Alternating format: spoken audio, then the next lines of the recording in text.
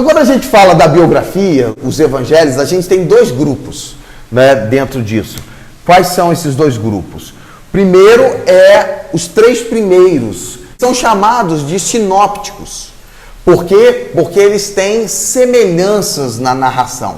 Não são iguais, mas eles têm semelhanças na narração. E o outro é João, que é totalmente distinto, né? Ainda que ele tem narrativas das situações, mas ele apresenta de uma forma diferente. E até isso tem um motivo porque é assim. Quando a gente olha dentro da história, de história mesmo, né? Como que você comprova a veracidade de algo? Não sei se tem alguém aqui que é policial, né? Quando eles fazem o interrogatório, eles querem ver se há muita contradição, não é isso? Mas também, se tem uma história que está alinhadinha, o pessoal já sabe que é armação também, né? Porque é impossível você narrar a mesma história que outra pessoa. Os três primeiros têm essa mesma ótica, né? Isso traz valor à biografia, aos evangelhos. Isso não denigre, porque tem gente que usa isso. Não, mas olha, um falou uma coisa, outro falou outra. Mas na realidade, dentro da historicidade, isso traz valor à palavra, né? E não denigre, né? Porque se fosse uma historinha que todo mundo alinhou, né, a gente tinha que desconfiar, né? Por que a semelhança entre os três primeiros evangelhos? Primeiro, dentro da história da teologia, o pessoal entende que Pedro era um dos principais, ou se não o principal pregador dentro de Atos. Então você vê as primeiras conversões foi Pedro, ele toma a frente para falar, para explicar um monte de coisa. Então Marcos é o principal intérprete de Pedro. Então quando as pessoas vão buscar uma fonte a respeito disso, né, eles não vão às vezes direto a Pedro, eles vão a Marcos, que é a pessoa que era o intérprete de Pedro. E o que acontece? Mateus e Lucas usam a fonte de Marcos. Então, na realidade, quando eles estão buscando alguém para narrar a história, para relembrar essa história, no caso, por exemplo, de Mateus, que é um rememorizar, né, um relembrar, um memorial, Lucas não. Lucas, ele precisa pesquisar, ele está pesquisando a respeito daquilo, mas Mateus está relembrando os fatos. Então, quando eles estão escrevendo, eles usam Marcos como fonte. Então, de certo modo, eles estão ali buscando na mesma fonte, relembrando algo, então eles têm uma coisa que é mais similar, parecida. E tudo isso também redunda para nós no que ou por que são 4 evangelhos. Né? O público daquela época, o pessoal, o público-alvo daquela época envolvia alguns povos, né? Então a ênfase estava justamente onde havia núcleos de cristãos. O que seria núcleo de cristãos? Com a dispersão, né, a perseguição. Então, Marcos, ele está escrevendo com ênfase aos cristãos, o grupo de cristãos, ou de judeus que está onde? Em Roma, né? Tem um outro grupo de cristãos, ou eu não vou falar cristãos porque a ideia do evangelho é evangelizar, né? Então ele estava escrevendo para alcançar as pessoas. Um grupo estava em Antioquia. E Lucas, possivelmente, ele está escrevendo para o povo que tem um aspecto mais da cultura grega, né? Para os gregos. Então ele está buscando ali o pessoal de Filipos, de Tessalônica, de Colossos, aquele grupo que é mais em cima, né? E João está em Éfeso. Mas João tem uma ênfase um pouco diferente. Enquanto esses estavam buscando um grupo específico, né, João, ele olha para a igreja. Então a ênfase de João não é apenas um lugar específico.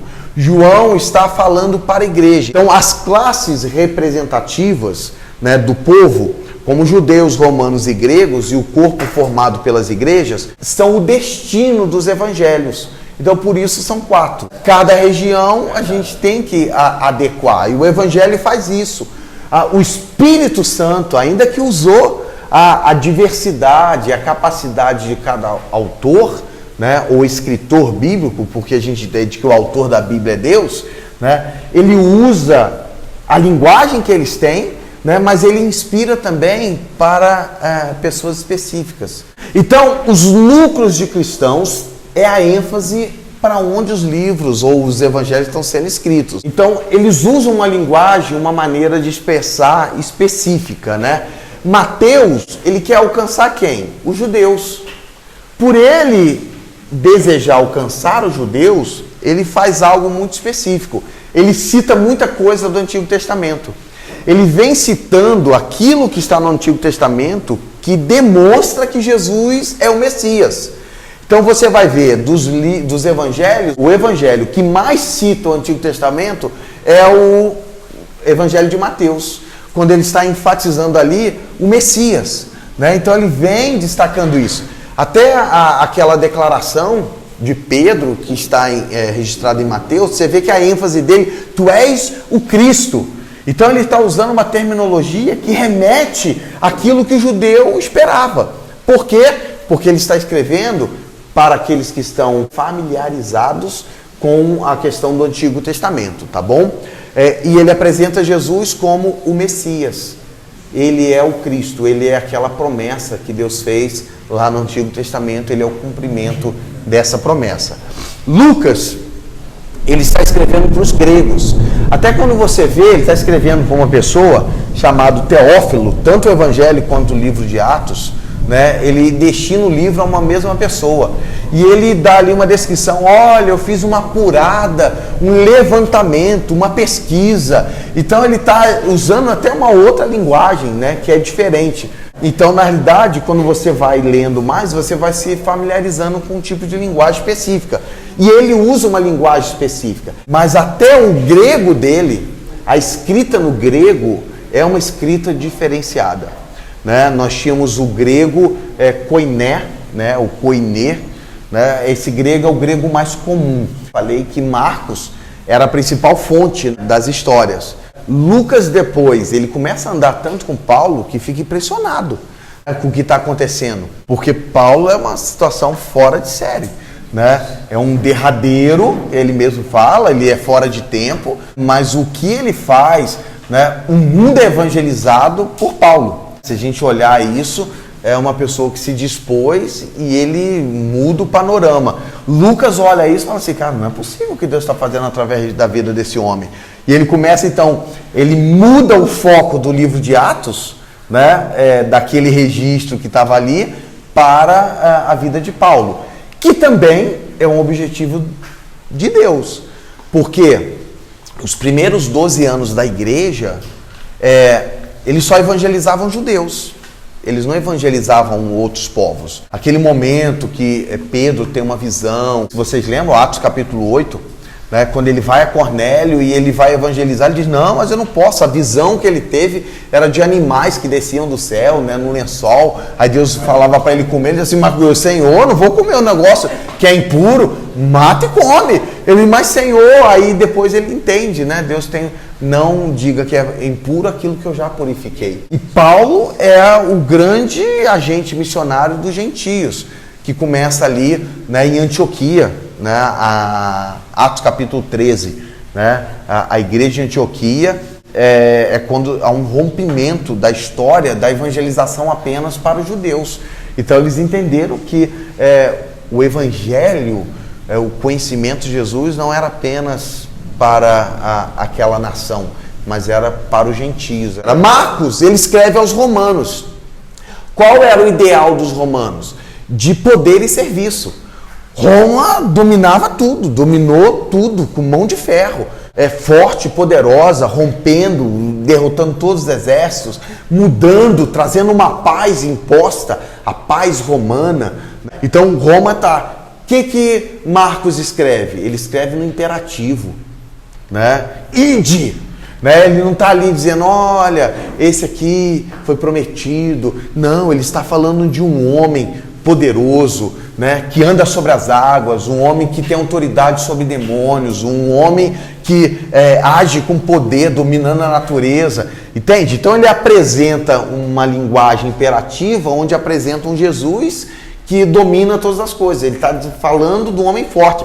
Então ele adequa, inspirado pelo Espírito, a linguagem dele para que alcance aquele coração. Né? É o que Paulo faz em Atos capítulo 17, né, quando ele chega no Areópago, ele está dizendo, eu vejo que vocês são religiosos, vocês estão buscando, vocês querem se conectar com Deus, vocês têm muitos deuses, mas eu quero apresentar um para vocês diferente.